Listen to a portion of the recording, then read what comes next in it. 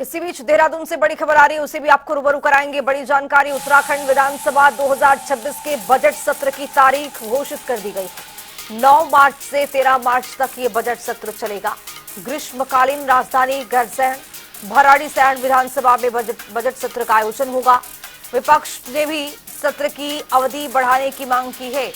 ये बड़ी जानकारी आप तक पहुंचा रही है। धामी सरकार अपना बजट पेश करते हुए नजर आएगी। 9 मार्च से 13 मार्च तक ये बजट सत्र चलने वाला है, जिसको लेकर विपक्ष ये मांग कर रहा है कि बजट सत्र की जो अवधि है उसको बढ़ाया जाए।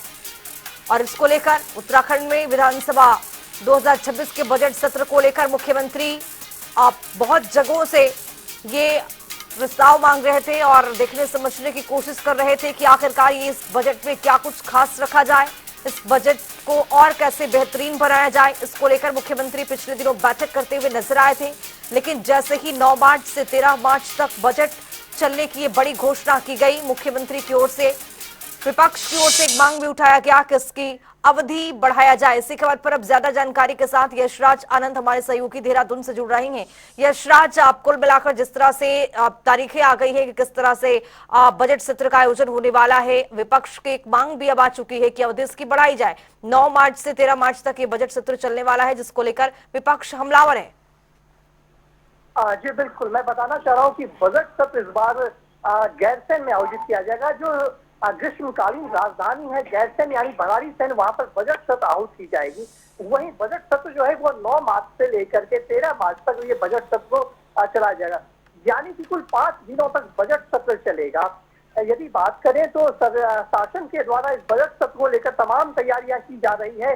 वही प्रश्न भी अब लिए जाएंगे और वही शासन इस बात को लेकर कर रही है कि इस बार का बजट सत्र जो होगा वो 5 दिन का चला जा रहा है और गैरसैंण में चला जा रहा है। वहीं यदि बात करें विपक्ष की, तो विपक्ष भी इस पे कटाक्ष करते हुए नजर आ रहा है। विपक्ष का स्पष्ट रूप से कहना है कि बजट सत्र जो ये 5 दिनों का बजट सत्र यह काफी कम होगा, क्योंकि 5 दिनों में बजट सत्र की कुल खाना पूर्ति भी नहीं हो पाती है। यानी कि कुल 70 विधायकों की यदि बात करें तो 70 विधायक अपने अपने विभागों के विषय में बताते हैं, बजट रखते हैं, साथ ही साथ मुख्यमंत्री का भी भाषण रहता है। और तीसरी बात है कि प्रदेश में बजट को बढ़ाया गया, किस रूप में, किस मद में, कहाँ खर्च किया गया, क्या किया जाएगा, इसको लेकर भी तमाम बातें होंगी, जिसके लिए 5 दिन सही समय नहीं है। आरोप यह भी लगाया जा रहा है विपक्ष के द्वारा कि 5 दिनों के समय को बढ़ाया जाए, क्योंकि 5 दिन में सारी बातों की पूर्ति नहीं हो सकेगी। क्योंकि बजट सत्र की भी यदि बात करें तो उसमें कई बार धरना प्रदर्शन भी हो जाते हैं कांग्रेस विपक्ष के द्वारा, कई बार विपक्ष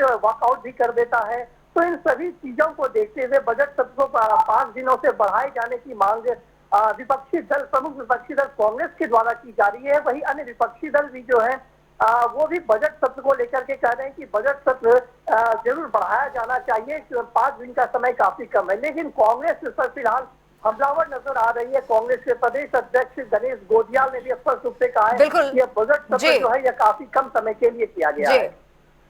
बिल्कुल यशराज, आप जिस तरह से विपक्ष का सवाल भी है और ये कहा भी जा रहा है कि तमाम ऐसे मुद्दे हैं जो कि उठाना अभी बाकी रह रहा है, लेकिन 5 दिन काफी नहीं है। फिलहाल आपका बहुत शुक्रिया तमाम जानकारी के साथ जुड़ने के लिए यशराज।